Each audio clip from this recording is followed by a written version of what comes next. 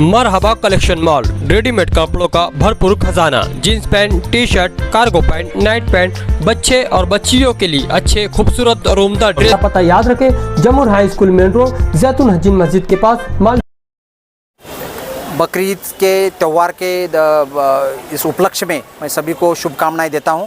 But Bakrid के जो त्यौहार के उपलक्ष्य में मैं ये भी आपको सब सूचित करना चाहता हूं कि हमने जो बंदोबस्त है, बंदोबस्त पुलिस स्टेशन का बंदोबस्त है, एलसीबी का बंदोबस्त है, डीएसबी का बंदोबस्त है, एसआरपीएफ है, क्यूआरटीज़ है, आरसीपीज़ है, होमगार्ड है, सबका बंदोबस्त हमने लगाया हुआ है। यहाँ पे एडिशनल एसपी है, सब डीवाईएसपीज़ है, प्रभारी अधिकारी है, सबका बंदोबस्त यहाँ से मॉर्निंग से लेकर हम इवनिंग तक पूरा बंदोबस्त या 2-3 दिन में जो भी बंदोबस्त है वो उपलक्ष्य में हम बंदोबस्त लगाएंगे।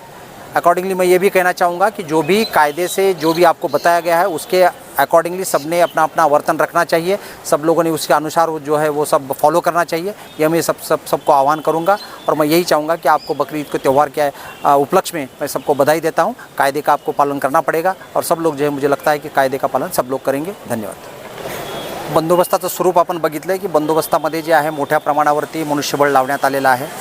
ते मनुष्यबळामध्ये वेगवेगळे आहेत। आमच्याकडे रायट कंट्रोल पोलीस आमच्याकडे आहे, त्याच्यानंतर एसआरपीएफ आमच्याकडे आहे, होमगार्ड्स आहेत, पोलीस कर्मचारी आहेत, त्याचबरोबर जे आहे ते क्विक रिस्पॉन्स टीमसुद्धा वेगवेगळ्या ठिकाणी आम्ही लावणार आहोत। या अनुषंगानं बंदोबस्ताचं नियोजन जे आहे ते सर्व अधिकारी, अंमलदार, आमचे ॲडिशनल एसपी, त्याचबरोबर सर्व एसडीपीओज आणि सर्व प्रभारी अधिकारी हे बंदोबस्तामध्ये राहतील।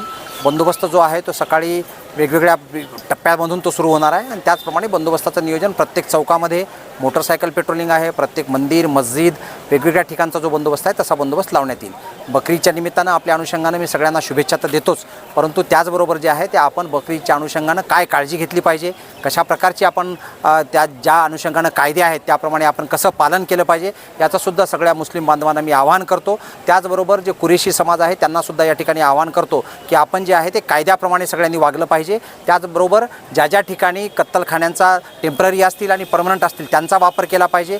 कुठेही जे रक्तमिश्रित पाणी आहे ते कुठल्याही ठिकाणी अशा वेगळ्या ठिकाणी जाणार नाही याच्याबद्दलचा आपण शोष खड्डे केले पाहिजे आणि त्याप्रमाणे त्याचा वापर होणं अत्यंत आवश्यक आहे आणि कायद्यानुसार त्या सगळ्या गोष्टी होणं अत्यंत आवश्यक आहे, जेणेकरून आमचे पोलीस बांधव जे आहेत ते प्रत्येक गल्लीगल्लीमध्ये जेव्हा फिरतील तेव्हा ह्या गोष्टी त्यांना योग्य पद्धतीने निदर्शनास आलेल्या पाहिजे।